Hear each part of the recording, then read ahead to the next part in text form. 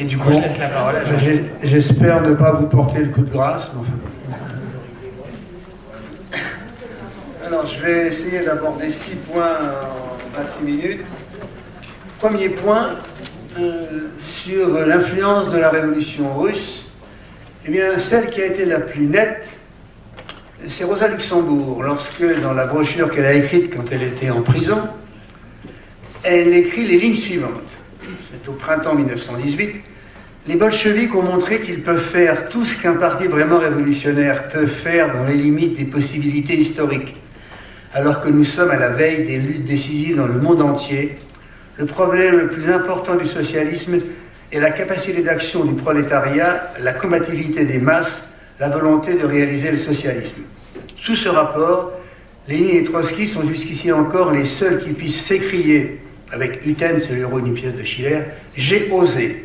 Ils ont fait faire un pas énorme dans la voie du règlement de compte final entre le capital et le travail dans le monde entier.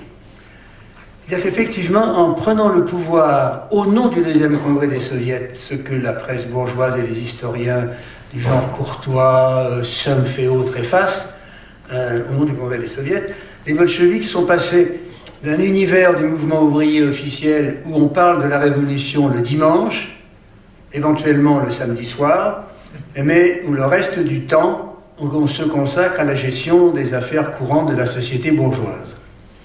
Il y a d'ailleurs un homme qui va théoriser ça dans quelques mois, mais je dirais ce qu'il écrit un peu plus tard.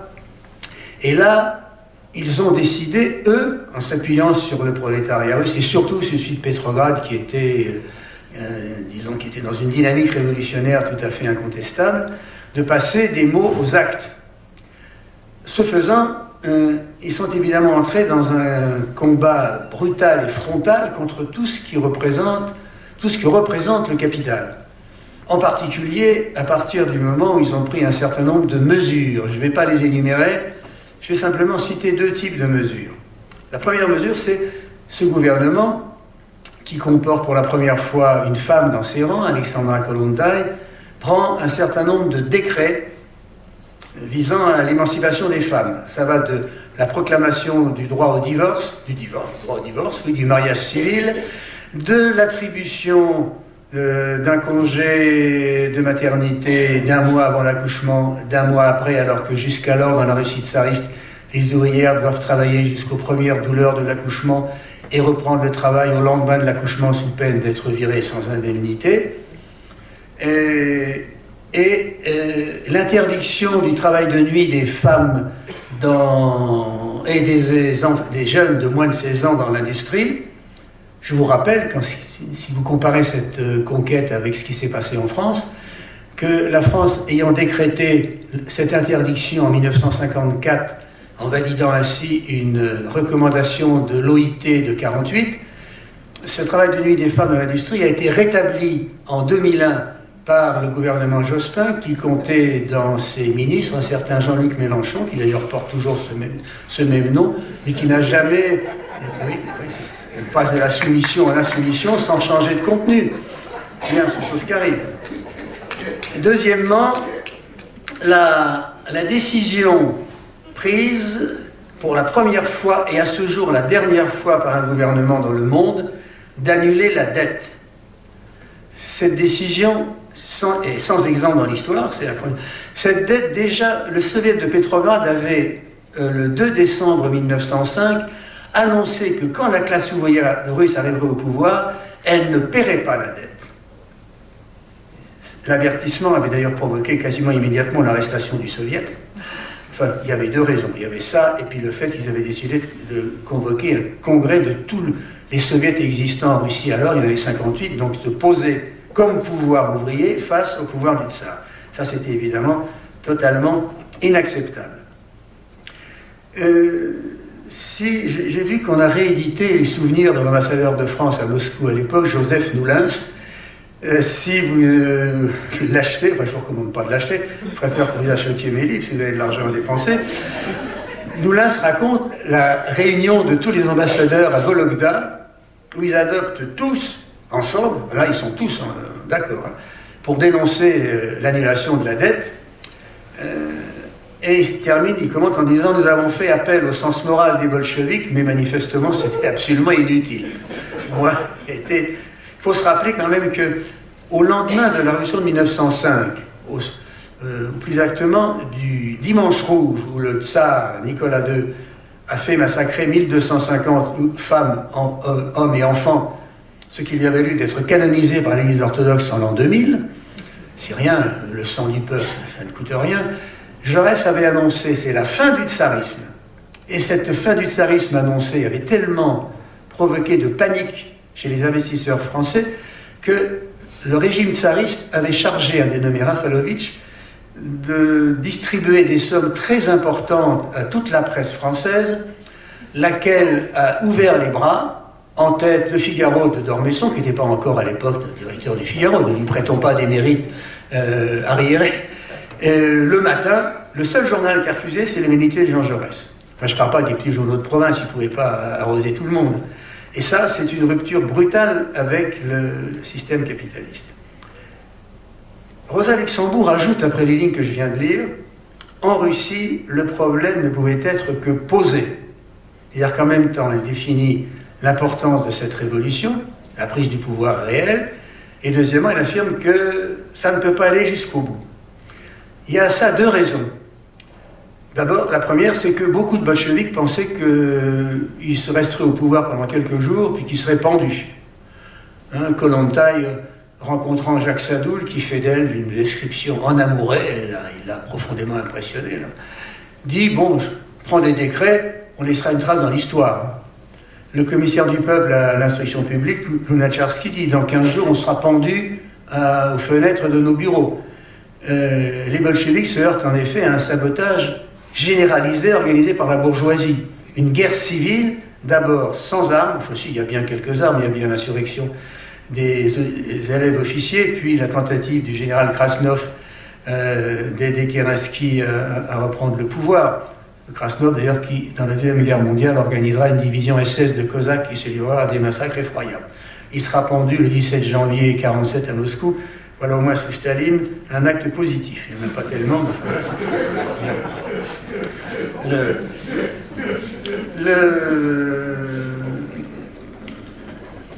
ce sabotage est total. Toute la bourgeoisie retire son argent des comptes, et malheureusement les bolcheviks qui sont confrontés à la nécessité de combattre ce sabotage, ou les fonctionnaires qui sont invités à faire grève en étant payés sur les fonds de l'État ou par les patrons, ferment les bureaux, détruisent les dossiers, jettent les clés, refusent de faire quoi que ce soit. C'est un véritable sabotage total du fonctionnement.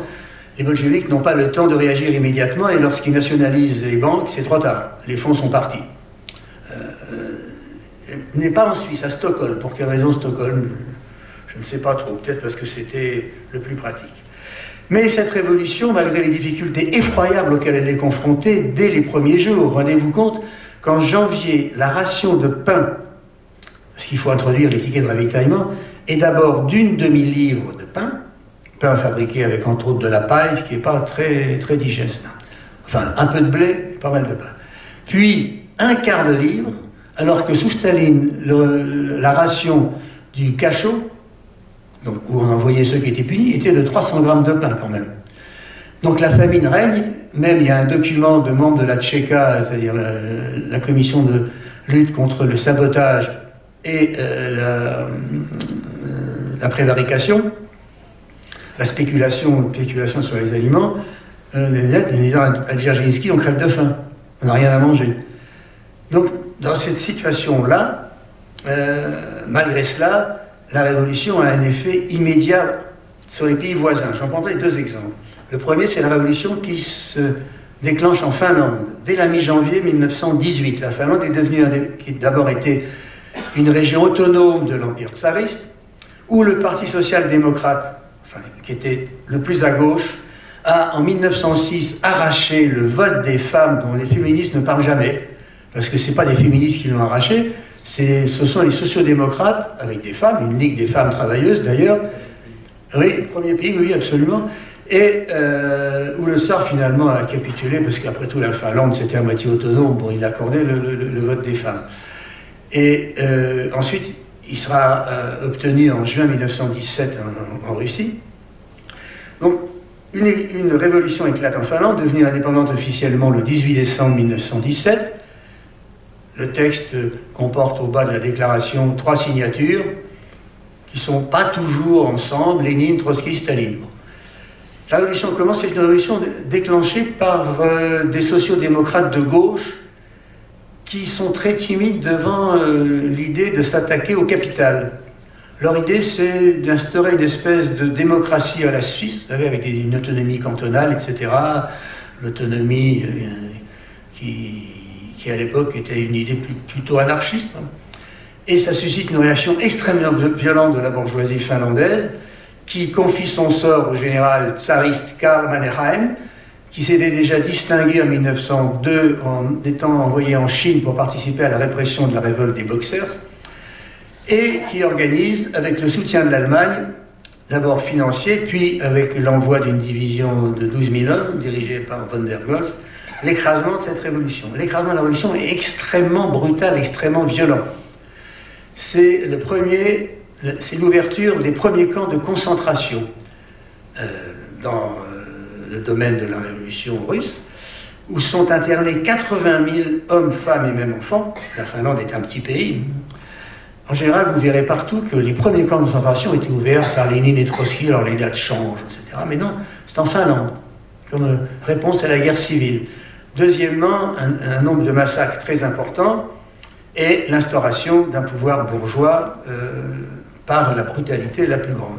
Deuxièmement, dès la mi-janvier en même temps, vous avez une grève générale qui déferle sur la Hongrie, qui commence à Budapest, puis sur l'Autriche, et puis en même temps dans les usines d'armes à Berlin. Les deux mouvements sont d'ailleurs séparés, parce qu'il n'y a pas de rapport étroit entre l'Allemagne et l'Autriche à l'époque. Ce qui est intéressant, c'est le sort de cette... Et puis une mutinerie, pardon, excusez-moi, des marins de la région de Cattaro. Enfin, ils portent un Cattaro. Ce qui est intéressant, c'est que cette grève effraie profondément les sociodémocrates, qui décident de bander toutes leurs forces pour sauver la monarchie autrichienne et qui réussissent à passer un marché de dupes, pas de leur point de vue, mais du point de vue des grévistes, avec la monarchie, à savoir que lors des déclarations de Brest-Litovsk, le comte Tchernin fera une grande déclaration en faveur de la paix, et en contrepartie, on invitera les ouvriers à prendre le travail. Et les ouvriers, bon, de mauvais gré reprennent le travail. Ensuite, la mutinerie est écrasée à Cattaro, 4 marins sont fusillés. Et donc ce deuxième mouvement, produit entre autres par la révolution russe, est écrasé. Et d'après le communiste autrichien, enfin, qui ne restera pas longtemps communiste, comme il s'appelle, Franz Borkenau, si j'arrive à retrouver son texte, sinon, bien écoutez, je ne vous le lirai pas. Apparemment, ah non, voilà. Ça doit être là. Oui, il écrit à propos de ce mouvement d'Autriche et d'Allemagne, avec quelques exagérations, cette grève a été en plus d'un sens le plus grand mouvement révolutionnaire d'origine réellement prolétarienne que le monde moderne ait jamais vu. Bon, ça c'est un peu l'étroitesse d'esprit autrichienne. Bon. Elle fut due à la révolution russe, ça c'est vrai, où cette dernière fut sa cause la plus immédiate. Et il reste fait remarquable que le plus gros effet qu'eut sur l'Europe la révolution russe fut obtenu avant qu'il ait existé une internationale communiste. Est-ce le plus gros effet? Ça peut vraiment se discuter, mais en tout cas l'effet est indéniable. Et ça aura des conséquences pour la suite. Alors je ne vais pas essayer de faire un tableau général des conséquences de la révolution russe sur les divers pays. En Europe, je voudrais prendre quelques points simplement. Ensuite, avec la chute de la monarchie allemande et autrichienne, vous avez un mouvement révolutionnaire qui se développe en Autriche puis en Allemagne. Et en Autriche, où le Parti communiste qui se crée au lendemain de l'effondrement de la monarchie est extrêmement faible. Il aura 10 000 adhérents, le Parti social-démocrate en gardera 500 000, vous voyez, la disproportion des forces est gigantesque. Mais ce qui est intéressant, c'est l'explication, la justification que donne le dirigeant social-démocrate de gauche, Otto Bauer, à l'opposition. Otto Bauer était d'ailleurs prisonnier de guerre en Russie et il a été libéré bien avant la fin de la guerre. Il a participé à des réunions du Soviet de Pétrograd, mais ça ne lui a pas donné un esprit révolutionnaire très aigu. Et il explique, dans un texte qu'il publiera lui-même en 1919, pourquoi il ne faut pas, à son avis, passer de la révolution politique à la révolution sociale. Il écrit les lignes suivantes, vous verrez qu'elles sont lumineuses sur ce qu'est la social-démocratie à l'époque. Je ne parle pas de ce qu'elle est devenue maintenant, mais c'est même une sous-caricature de ce qu'elle était jadis. Il suffit de se rappeler quand même que le camarade François Hollande a célébré en 2014, à propos de l'anniversaire de la Première Guerre mondiale, le fait que la France ait envoyé 430 000 soldats coloniaux faire la guerre. Vous imaginez comme les Sénégalais, les Algériens et les autres étaient passionnés par la reconquête de l'Alsace et de la Lorraine. La révolution politique, écrit Tobauer, a détrôné l'empereur, éliminé la Chambre des seigneurs, détruit le suffrage censitaire dans les élections provinciales et municipales. Tous les privilèges politiques sont anéantis. Tous les citoyens, sans distinction de classe, de condition ni de sexe, sont maintenant des citoyens à droits égaux. C'est exact. Il continue. Mais la révolution politique n'est que la moitié de la révolution. Elle supprime l'oppression politique, elle laisse subsister l'exploitation économique. Le capitaliste et l'ouvrier sont en droits égaux entre eux, ils jouissent des mêmes droits politiques et cependant l'un reste un capitaliste et l'autre un ouvrier. L'un reste un seigneur de fabrique et de mine, l'autre reste pauvre et sans défense comme un rat d'église. Parfait, hein? On peut dire que ce qu'il écrit est profondément juste. Et au cas où le lecteur n'aurait pas compris, il ajoute « La révolution politique ne supprime pas l'exploitation économique, bien plutôt elle la rend plus directement sensible. » Et il met dans les masses ouvrières les réflexions suivantes. « Avons-nous détruit la toute-puissance de l'empereur pour demeurer assujettis à la toute-puissance du capitalisme ? Avons-nous donc brisé la tyrannie des généraux, des bureaucrates, des nobles féodaux pour demeurer les valets, les directeurs de banque, des magnats des cartels, des barons de la bourse ? Voilà ce que demandent les masses ouvrières. La demi-révolution éveille la volonté d'une révolution totale. Le bouleversement politique éveille la volonté de la rénovation sociale. La victoire de la démocratie inaugure la lutte pour le socialisme. » On se dit bravo Otto. Oui, après il répond, pas question de faire la révolution sociale. Et il donne deux raisons. Première raison, si nous faisons la révolution sociale, les cadres dans les usines, les ingénieurs, les cadres responsables ne seront pas d'accord, ils nous laisseront tomber, et comme les ouvriers sont incapables de gérer les usines, on va se retrouver dans les difficultés les plus grandes. Alors il fait une longue description apocalyptique de ce qui se passerait si ils s'en allaient, la plupart des directeurs, etc., etc. Et puis enfin, l'argument décisif et fondamental, les capitalistes de l'étranger nous refuseraient les matières premières dont nous avons besoin et le crédit indispensable pour me les procurer. En conclusion, le camarade Bauer nous dit on peut instaurer le socialisme que si les capitalistes et les banques sont d'accord. Ben oui, c'est clair. C'est pas forcé sa démonstration que de tirer cette conclusion. C'est ce qu'il dit lui-même. Hein, les capitalistes, nous n'avons pas de crédit. Bien, alors, là, le mérite des bolcheviks, c'est d'avoir considéré qu'il ne fallait pas attendre les capitalistes. Et pourtant, la situation dans laquelle ils étaient était plus dramatique que celle de l'Autriche et de l'Allemagne. Lors du deuxième congrès des soviets, un des mencheviks qui est resté quelque temps dans le congrès interpelle les dirigeants bolcheviks et leur dit « Mais qu'est-ce que vous allez faire au pouvoir? L'industrie est ruinée et les trains ne fonctionnent plus. » Ce qui est exact. C'est d'ailleurs l'une des raisons des problèmes de ravitaillement terribles. Or, après 3 ans de guerre civile, ce sera encore bien pire. C'est-à-dire que vous avez en 1920 un pays totalement ruiné. Bien. Autre résultat de la révolution russe, bon, il n'y a pas forcément de lien logique entre tout ça, mais si quand même. C'est les effets que ça a sur les organisateurs et les militants des divers partis socialistes. L'exemple le plus significatif, peut-être, c'est l'effet que produit la révolution russe sur la révolution allemande, sur le mouvement ouvrier allemand, et les conclusions qu'en tireront les cadres qui, pendant la guerre, s'étaient opposés, c'est-à-dire les spartakistes s'étaient opposés à l'union sacrée et à la guerre. La révolution éclate en Allemagne au lendemain de la chute de l'Empire, de la fuite de Guillaume II.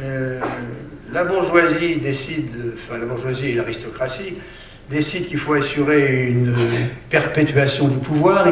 coopte donc des sociodémocrates au gouvernement. Le chancelier Max de Bade décide de nommer un social-démocrate chancelier à sa place.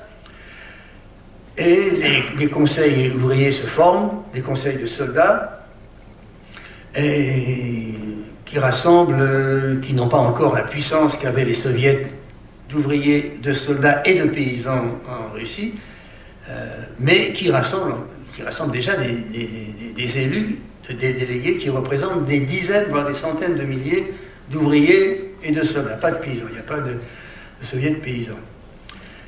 Lorsque le régime s'effondre, le Parti social-démocrate conserve encore le contrôle de la majorité de la classe ouvrière. En même temps, le Parti social-démocrate indépendant, dans lequel se trouvent les spartakistes, est minoritaire, mais commence à se développer et à attirer à lui des dizaines de milliers d'ouvriers. À la fin de décembre, le groupe Spartacus, et un certain nombre de groupes qui avaient rompu avec la social-démocratie indépendante, qui s'était constituée en 1917, se réunissent et créent le Parti communiste allemand, qui est proclamé le 1er janvier 1919. Donc, pas mal de temps après la révolution russe, et alors même que la classe ouvrière allemande s'est déjà mise en mouvement. Lorsque la révolution éclate à Berlin, le groupe Spartacus a 50 adhérents dans tout Berlin. C'est-à-dire que le chemin à suivre pour arriver à un parti qui représente une partie importante de la classe ouvrière est quand même assez long. Lors du congrès de fondation du Parti communiste, un programme est adopté. Ce programme, qui est proposé par Rosa Luxembourg, définit deux exigences fondamentales. La première, revendication économique immédiate. Et vous voyez là l'influence de la révolution russe. Le programme affirme confisquer toutes les fortunes et revenus dynastiques au profit de la collectivité, annuler toutes les dettes d'État. C'est-à-dire que le Parti communiste allemand, fondé par Rosa Luxembourg, Liebknecht, Karl Radek et d'autres, reprenait l'exigence de l'annulation de la dette, de même que tous les emprunts de guerre. Ensuite, exproprier la propriété foncière, suppression de tout droit privé sur les banques, et deuxième point, sur le plan politique, le programme affirmait la nécessité de liquider tous les parlements. Suppression de tous les parlements. Leurs fonctions seront assumées par les conseils d'ouvriers et de soldats, et par les comités qui en relèvent. C'est-à-dire que c'est l'opposition totale aux institutions plus ou moins perverties, de plus en plus d'ailleurs, de ce qu'on appelle par antiphrase la démocratie bourgeoise. Et ça permet de revenir brièvement, oui ça va encore un peu de temps, à la question de l'Assemblée constituante. À l'occasion du centenaire de la Révolution, on peut voir traîner un peu partout l'affirmation que la preuve que les bolcheviks étaient vraiment des antidémocrates, c'est qu'ils ont dissous l'Assemblée constituante. Il faut se rappeler deux points. Lorsque se tient le congrès des soviets, il est convoqué par l'ancienne majorité, les socialistes révolutionnaires et les mencheviks. Ils ouvrent le congrès, dont ils reconnaissent donc la légitimité puisqu'ils l'ouvrent. Mais dès l'élection du président, ils sont mis en minorité. En conséquence de quoi, ils déclarent, eux, que le congrès n'est pas représentatif, et donc ils s'en vont. Ils emmènent avec eux d'ailleurs les sténographes, ce qui fait qu'il n'y aura pas de compte-rendu sténographique du congrès. Donc, puisqu'ils sont battus, le congrès n'est pas représentatif. C'est-à-dire que c'est toujours aux révolutionnaires d'être minoritaires. Ensuite, l'Assemblée constituante, elle se réunit, peu importe les modalités de l'élection, bon, il y aurait beaucoup de choses à dire, mais c'est tout à fait secondaire. Avant. Lorsque, au lendemain du congrès des soviets, les battus du congrès proposent aux bolcheviks un gouvernement socialiste uni, c'est-à-dire bolcheviks, socialistes révolutionnaires, mencheviks et autres petits groupes, Poalésion, le parti polonais, socialiste polonais, puisque la Pologne faisait partie de la Russie à l'époque, les 4/5e de la Pologne. Et il pose une exigence fondamentale. Ce gouvernement socialiste uni, la première union de la gauche, si vous voulez, de l'histoire, ne sera pas responsable devant le comité exécutif central des soviets. Au même moment, le comité central du parti bolchevique vote la proposition que soient cooptés au comité exécutif central des soviets ceux qui ont quitté le Congrès. Mais eux ne veulent pas être responsables devant le Congrès des soviets. Ils veulent être responsables devant une instance qui réunit les représentants des ouvriers et des soldats et la bourgeoisie. C'est le lien avec la bourgeoisie qui est le lien fondamental. Et c'est la raison pour laquelle, au début, certains bolcheviks hésitent, mais Lénine et Trotsky emportent la majorité. Non.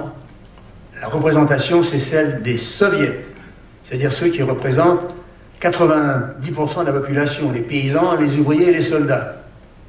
C'est là que se fait la rupture. Et l'Assemblée constituante, lorsqu'elle s'est réunie, est présidée par Viktor Tchernov, ancien ministre socialiste révolutionnaire du gouvernement provisoire, lequel fait un grand discours. Alors c'est plein de mots sur le socialisme, comme Millerand pouvait en prononcer en 1898, le socialisme, l'égalité, l'amour entre les hommes et les femmes, etc. Mais la question fondamentale, c'est la question de la guerre.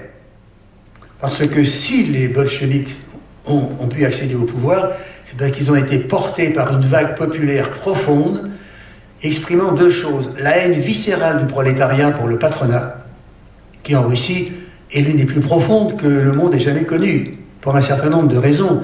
En 1905, pour écraser la révolution, les patrons à Petrograd ont lockouté tout le monde. Et à partir de juillet 1917, ils pratiquent le lockout massif pour essayer de démoraliser les ouvriers. L'un des chefs patrons, des patrons, dit Ryabouchinsky déclare le 3 août 17, on attend le moment où la main osseuse de la faim prendra au cou les soviets. Ça, c'est une politique de dialogue social, caractéristique et ouverte. Alors, qu'est-ce qu'il dit, Tchernov, sur la guerre? Il dit, pas de paix séparée, ça c'est une trahison. C'est une trahison de qui? C'est pas une trahison des soldats qui n'en veulent plus et qui quittent les tranchées, alors en masse. Hein. Il n'y a plus d'armée russe en janvier 1918, les Allemands le savent d'ailleurs. C'est une trahison de qui? C'est une trahison de l'alliance avec Paris et Londres pour un nouveau partage impérialiste du monde dans lequel la Russie devrait recevoir la vieille ville historique russe qui est Constantinople, par exemple. Hein. Bon.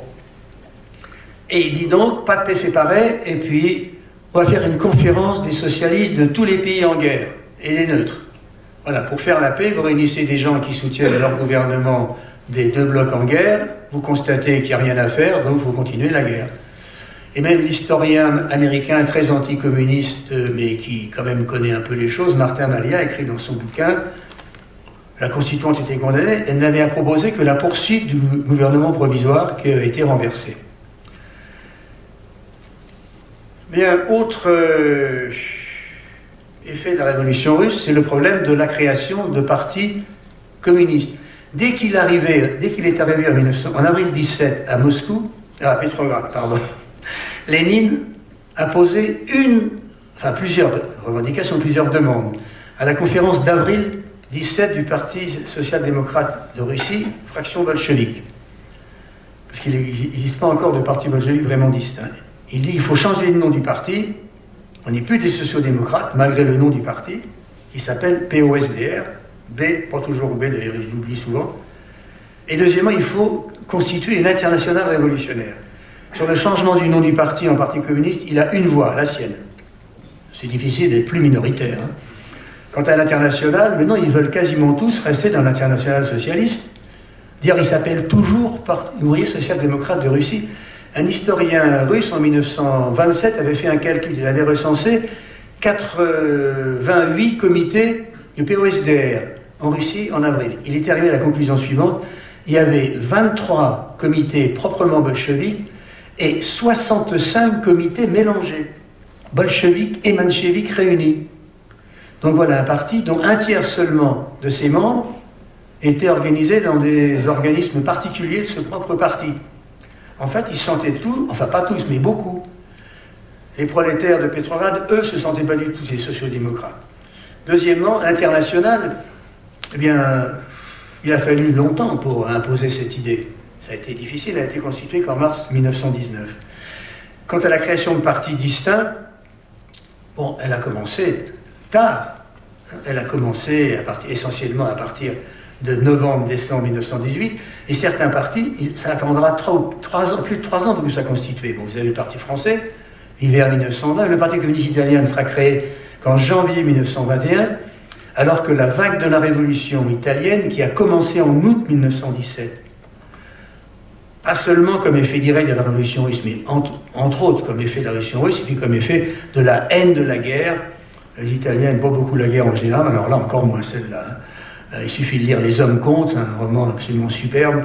Il y a une révolte à Turin, il y a 50 morts, la répression est très grande, et ça ne cessera de monter jusqu'à une vague révolutionnaire en septembre 1920 qui est au bord de la prise du pouvoir.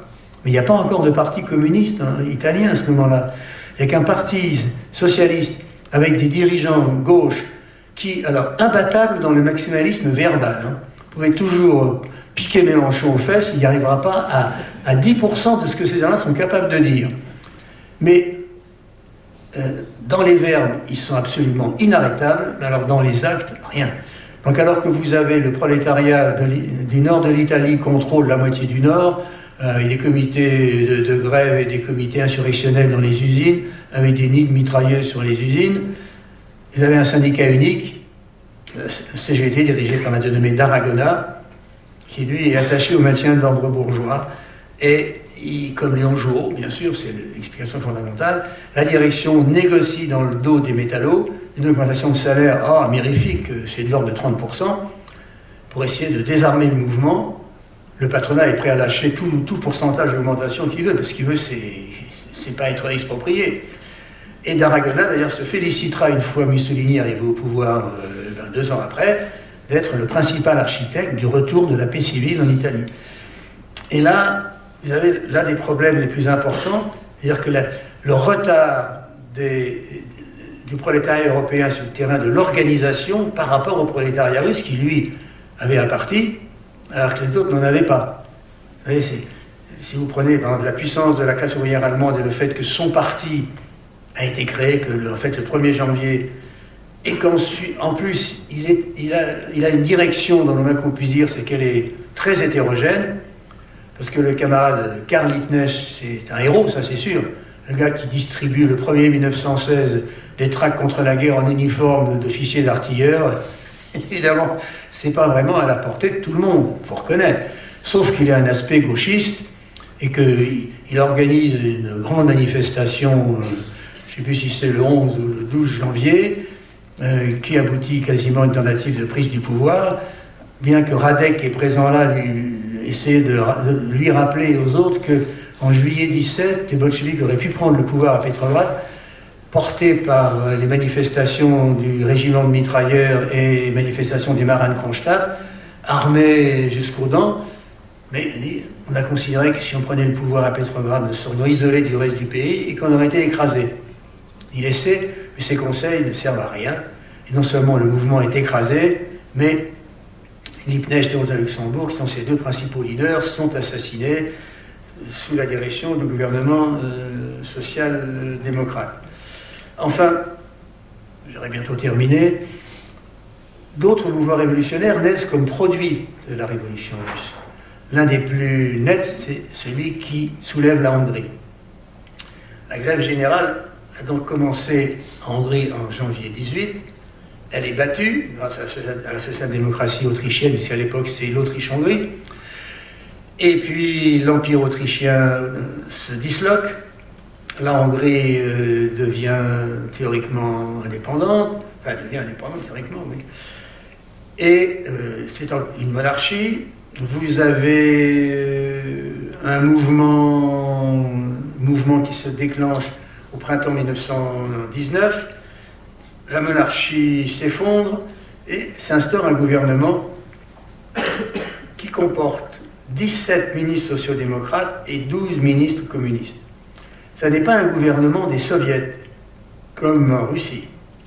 C'est pas un gouvernement de conseils ouvriers parce qu'il y a peu de conseils ouvriers. Il y a quelques conseils ouvriers, quelques conseils de soldats, mais c'est une coalition politique dans laquelle les communistes, partis créés juste 1 an avant, avec beaucoup d'anciens prisonniers hongrois qui ont été convertis, si j'ose dire, au communisme en Russie, qui sont revenus, et où les sociodémocrates sont majoritaires. C'est très important, c'est un parlement. C'est un gouvernement qui repose sur un parlement. Et dans ce parlement, les communistes sont minoritaires. Ça n'empêche pas d'ailleurs que leur chef, Béla Kun, dont parfois les questions personnelles peuvent jouer un rôle dans l'histoire. Béla Kun est absolument sûr de son envergure historique. C'est pas le seul, vous me direz. Et il écrit à Lénine, juste au début du mouvement révolutionnaire, les lignes suivantes: « Soyez tranquille, je mène l'affaire complètement, avec certitude et de façon marxiste. » Bon, avec un gars pareil, on est tranquille. Aucun putsch ici n'est impossible. Si nous prenons le pouvoir dans nos mains, personne ne nous l'arrachera. La ligne suivante: envoyez-moi de l'argent très vite. Le moins qu'on puisse dire, c'est qu'un tel rapport entre les deux affirmations laisse quelque peu sceptique sur la manière dont le camarade Béla Kun, disons, dirige une situation dans laquelle la majorité est entre les mains du Parti social-démocrate, qui a 9 fois plus d'adhérents que le Parti communiste hongrois. Alors, dans une autre lettre à Lénine, il écrit: « Le prolétariat agit à la manière bolchevique, les masses s'éloignent du Parti social-démocrate et s'unissent à nous. » Oui, ça c'est le rêve, mais dans la réalité c'est beaucoup plus compliqué. Deuxièmement, les communistes hongrois, enfin Béla Kun, ne tirent aucune leçon de ce qui s'est passé en Russie. Rappelez-vous, lors du congrès des soviets, Lénine présente 2 décrets. Enfin, il en écrane plus de 2, mais enfin les 2 plus importants. Le décret sur la paix, dont un historien français dira qu'avec ce décret, Lénine a bouleversé les règles habituelles de la démocratie en faisant appel au peuple par-dessus leur gouvernement. Cet historien est d'ailleurs une historienne, et c'est pas vraiment une gauchiste, c'est Madame Carrère d'Ancos. Et ce qu'elle explique là est parfaitement juste. Et effectivement, il a bouleversé les règles de la diplomatie traditionnelle en faisant appel au peuple. Deuxièmement, il fait adopter un décret sur la terre, malgré les réticences d'un certain nombre de bolcheviks. Ce décret a été rédigé et adopté par 242 comités paysans, ou soviets paysans, enfin c'est quasiment la même chose à ce moment-là, qui se rangent du côté des socialistes révolutionnaires. Donc les bolcheviks disent: mais c'est pas ça notre politique, c'est la socialisation immédiate. Il leur dit: écoutez, c'est ce que veulent les paysans. Ce que nous voulons, nous, c'est l'alliance entre les paysans et les ouvriers. Puisque c'est ce qu'ils veulent, et que quand même pas le fait que les terres de la couronne, des grands propriétaires et de l'église et des monastères qui avaient 15 millions d'hectares, c'est normal, les besoins du Seigneur sont imprescriptibles, soient distribués aux paysans, il faut adopter ça. Alors quand on lit le texte, d'ailleurs, quand on lit le texte jusqu'au bout, on se dit effectivement que ce n'est pas exactement le langage bolchevique. Par exemple, à la fin du texte, si vous le lisez, vous verrez que les derniers qui doivent bénéficier de la répartition des lots sont les paysans pauvres, les paysans tarés et les déserteurs. Alors, les paysans tarés, ça paraît bizarre. Hein. Pourquoi? Parce que bon, j'ai regardé le mot russe. Alors le mot russe, c'est parochny, c'est vicieux, dépravé ou taré. Le choix entre 3 adjectifs qui ne sont pas très favorables. Le texte a été écrit par des paysans socialistes révolutionnaires, qui sont des paysans souvent petits propriétaires. Et pour eux, le paysan qui n'a pas de terre, c'est un fainéant et un ivrogne. Toujours, obligatoirement. Donc, lui, on ne lui donne rien. Et puis après, bien entendu, il y a les déserteurs. Évidemment, les SR, ils sont pour continuer la guerre. Donc, d'ailleurs, la question des déserteurs soulève un vrai problème dans le congrès des soviets. Je ne vais pas revenir là-dessus. Bien, donc, il adopte une position qui représente la nécessité d'une alliance entre les 2 classes fondamentales. Chefé Béla Kun, lui, c'est un marxiste pur et dur, 125%, pur jus. Non, pas le moindre morceau de terre aux paysans. La socialisation immédiate, le résultat. La masse des paysans se détourne du Parti communiste hongrois, et lorsque Clémenceau décide d'organiser la fin de la fête, en utilisant l'armée roumaine, eh bien, la révolution hongroise s'effondre, parce que son soutien populaire est beaucoup trop limité, beaucoup trop étroit, et ça débouche sur une répression extrêmement brutale. Vous voyez, 5000 communistes qui sont pendus ou fusillés, ou même l'un écartelé. Quand même, depuis Louis XV, ça se faisait plus beaucoup. Enfin, c'est vrai que la Hongrie n'était pas à l'avant-garde de la civilisation. Bien, dernière chose, si je retrouve mon petit papier, mais apparemment je l'ai perdu, mais c'est pas grave. L'effet de la révolution russe, c'est de démontrer qu'il est effectivement possible de mettre fin au régime du capital. C'est la raison pour laquelle elle a fait l'effet, elle a fait l'objet, pardon, pas l'effet, d'une véritable guerre mondiale. Il faut se rappeler, en effet, qu'elle n'a pas été seulement confrontée à la contre-révolution intérieure, dont j'ai décrit les premiers effets avec l'évasion des capitaux, le sabotage, etc., la constitution d'armées blanches dans le sud de la Russie, puis ensuite à l'est, en Sibérie, et puis au nord avec Arkhangelsk et Mourmansk, et puis les débarquements d'unités étrangères, 57 000 Japonais à Vladivostok, flanqués de 9 000 Américains qui d'ailleurs passent plus de temps à surveiller les Japonais parce qu'ils ont peur qu'ils prennent une partie du territoire, et puis les Anglais dans le nord, et puis dans le sud les Français, les Grecs, 2000 Grecs qui sont déchaînés parce qu'ils veulent défendre l'Église orthodoxe qu'ils accusent des bolcheviks de réprimer. La France envoie évidemment des troupes coloniales, les Algériens qui se font tous massacrer, des tirailleurs sénégalais. Bon, vous connaissez les marins, la marine, les insurrections. Ben, vous avez 12 nationalités différentes. Certes, la valeur militaire de cette intervention est finalement réduite parce que les soldats envoyés ne veulent pas se battre. Ils en ont assez de la guerre. Bon, les Anglais au nord, près d'Arkhangelsk, avancent non pas au pas de loi, mais quasiment en marche arrière. Donc, ils ne mèneront jamais une seule opération militaire sérieuse. Les Japonais ne bougent pas beaucoup. Ils voudraient bien piquer une partie du territoire, Vladivostok, cette région-là. Mais en fait, bon, les Américains ne veulent pas leur laisser mettre la main là-dessus. Bon, la France essaie d'organiser, c'est le gouvernement qui va le plus loin dans l'organisation de l'aide à la contre-révolution. Et ça se terminera, le dernier acte de la guerre civile sera l'attaque de la Russie soviétique par la Pologne. La Pologne qui est directement, le gouvernement de la Pologne, du maréchal Pilsudski, qui est directement conseillé, fourni en armes et en argent par un gouvernement français qui envoie à Varsovie une mission commandée par le général Weygand et dans laquelle figure le capitaine Charles de Gaulle. Et ils envoient le 25 avril l'armée polonaise à laquelle se sont alliés les nationalistes ukrainiens. C'est quand même assez remarquable quand on se rappelle les rapports historiques entre l'Ukraine et la Pologne. L'Ukraine s'est quand même libérée de la tutelle polonaise en 1657-58, en massacrant 100 000 juifs en passant, mais ça n'a rien d'étonnant quand on connaît le pays. Ils envahissent et au début ils entrent comme dans du beurre, parce que la paysannerie ukrainienne, comme la paysannerie de la Russie soviétique, on a assez de la guerre civile, assez des réquisitions. Et puis, l'armée polonaise prend Kiev. Et ça provoque presque immédiatement, une véritable levée en masse de la paysannerie polonaise, quoi qu'ils aient reproché aux bolcheviks. Les déserteurs reviennent à nouveau dans l'armée rouge, et c'est là l'une des raisons fondamentales des revers que subissent ensuite les Polonais, qui en fait sont un revers de la contre-révolution mondiale. C'est si bien une contre-révolution mondiale. Il faut relire les déclarations qui se font lors du Conseil de guerre allié où vient Wilson le 16 janvier 1919. C'est bien l'entreprise de guerre mondiale. Tous les pays ne sont pas concernés, bien sûr, et parce que le danger est mondial. Au Brésil, on appelle l'année 1917 l'année rouge.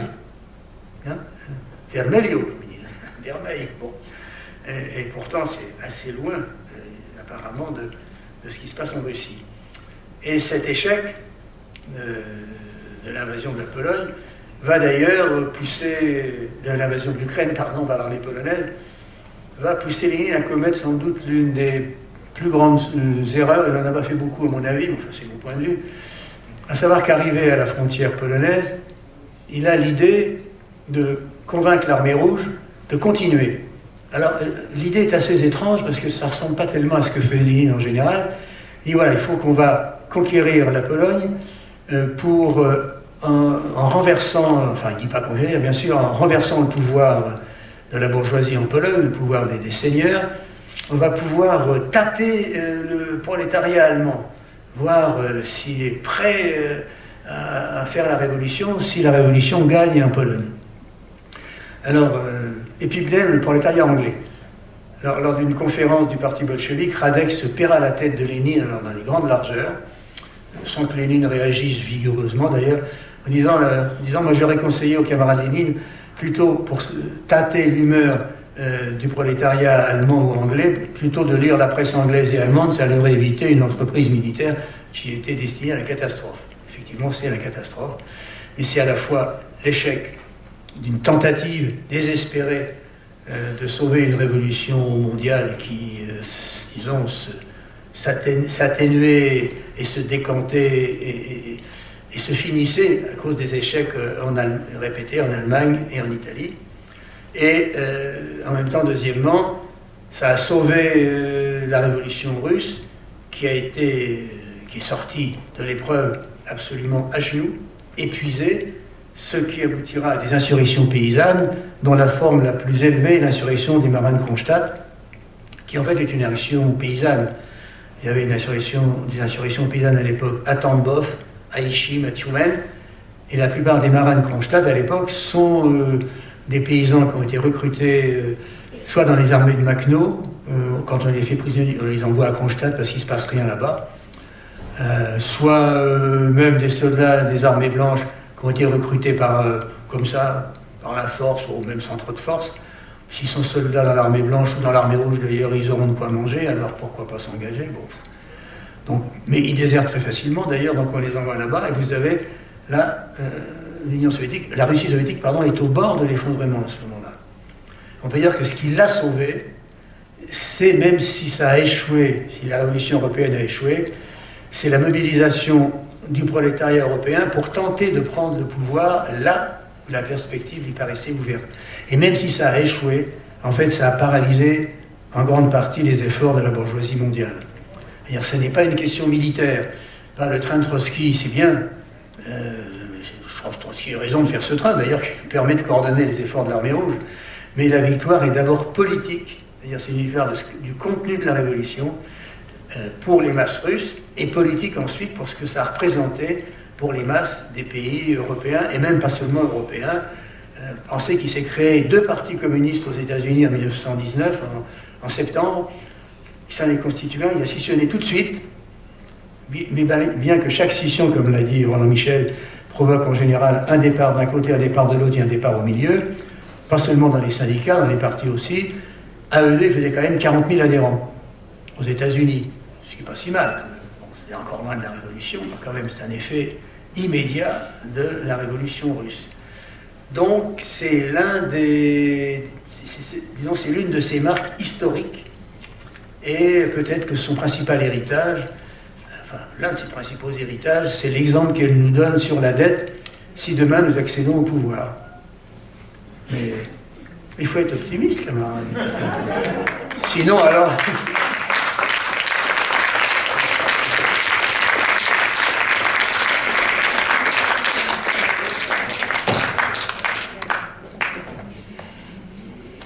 Alors, un dernier tour de questions avant que Jean-Marc prenne son train. Jean-Jacques. Jean-Marc, c'est sûr. Jean-Jacques. Donc, pareil, s'il y a des questions.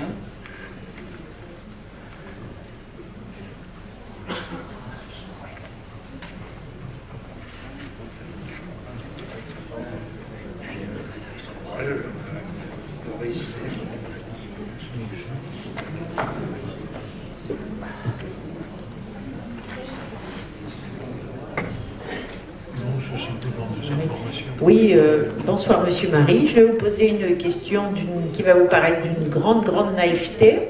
J'ai lu sur la présentation, enfin le programme, que vous aviez écrit 20 ouvrages sur la Russie.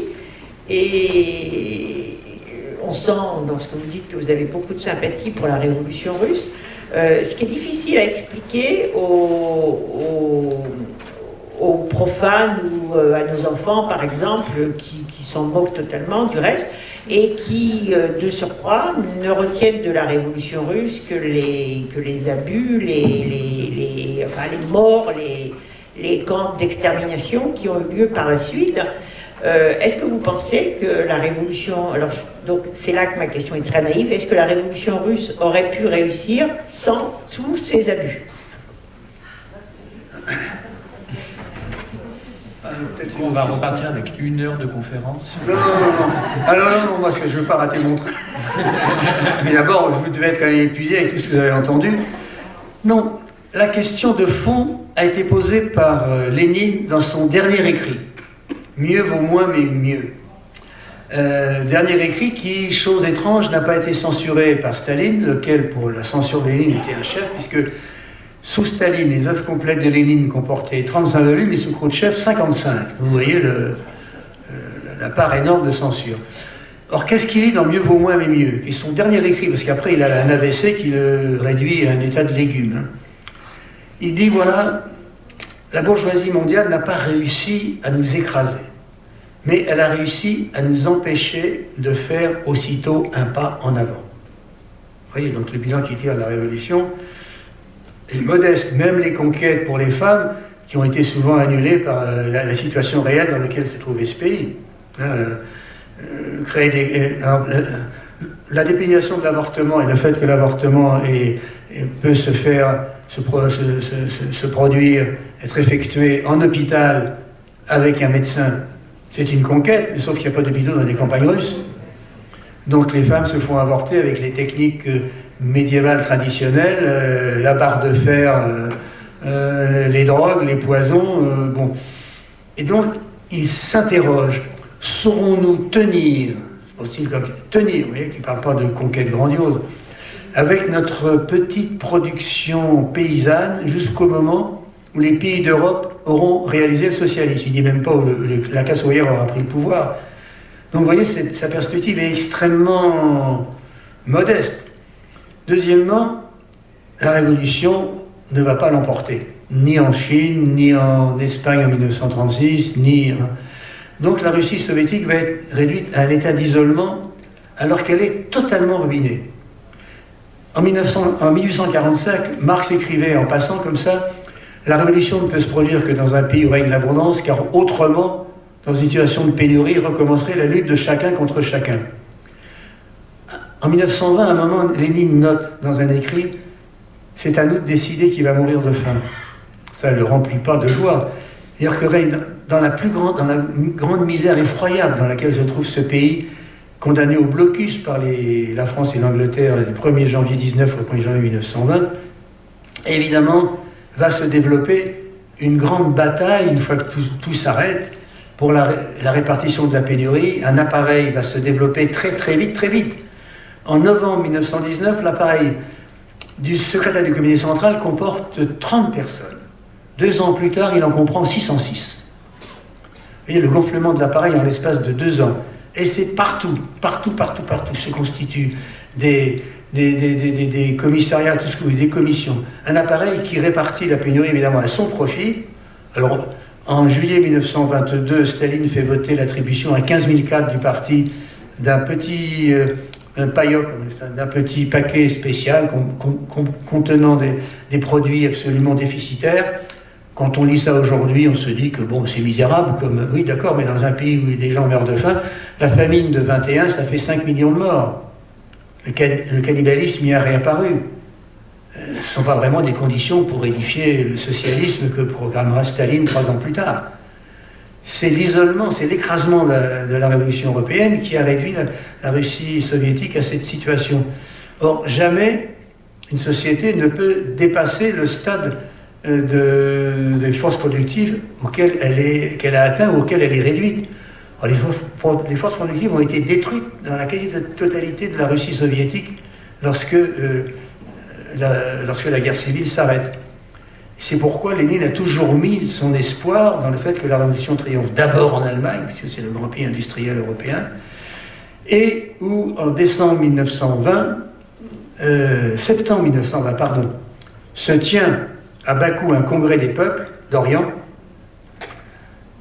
dont l'axe fondamental, et ça différencie radicalement les communistes des sociodémocrates, c'est la mobilisation des peuples coloniaux et colonisés contre le capital.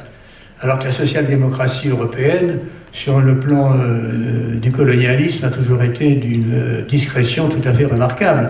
Bon, ça ira jusqu'à Guy Mollet, qui lui sera pas discret, c'est le qu'on puisse dire. Mais même Gued, qui était le fondateur du Parti ouvrier français, était partisan d'un Maroc socialiste. Vous voyez, on le garde chez nous, mais il sera socialiste. Oui, il est ta sœur, dirait l'autre. Bon. Donc là, vous avez un appel à la mobilisation des peuples coloniaux contre l'impérialisme, de façon conjointe avec la classe ouvrière russe, et ce qu'il en reste, parce qu'en 1920-21, il n'en reste pas grand-chose. Donc la bureaucratie se développe obligatoirement dans ce territoire, dans cette révolution isolée, écrasée, affamée et ruinée. C'est, comment dire, c'est une sanction inéluctable. Mais si le capital avait été rétabli, le pays aurait été, la destruction aurait été poursuivie, et on aurait un pays, je ne sais pas, comme aujourd'hui à la Somalie, c'est-à-dire sans État, sans gouvernement, où tout est subordonné aux appétits des capitalistes pour piller toutes les richesses. Ce qui d'ailleurs le sort de la semaine aujourd'hui, le sort de l'Irak, le sort du Mali bientôt, enfin le sort de toute une série d'autres pays livrés aux appétits du capital mondial. Et ça a échappé au capital mondial, qui a toujours rêvé de reprendre ce qui lui avait échappé. C'est la raison, c'est quand même la propriété d'État qui a permis à l'Union soviétique de construire, à partir de 1942, des chars d'assaut qui, à partir de 1943, seront plus nombreux que les chars nazis, bien que les nazis puissent utiliser toutes les capacités industrielles de toute l'Europe, et qui sont en plus de meilleure qualité et qui, dans la bataille de Kursk, infligeront une défaite brutale aux Panzerdivision allemandes. C'est pas sur la base de l'industrie privée de l'Inde que vous auriez pu créer quelque chose comme ça. Ça, sauf que ça a été payé à cause de la bureaucratisation inéluctable dans la situation donnée, sauf si la révolution avait éclaté quelque part ailleurs. Ça ne justifie pas les horreurs du stalinisme, mais ça montre que, en tout cas, le fait d'avoir arraché un morceau de territoire à la domination du capital peut produire des effets beaucoup plus positifs que le maintien de la domination du dit capital. Voilà, écoutez, vous êtes bien gentil de m'avoir écouté, mais moi, c'est très bon.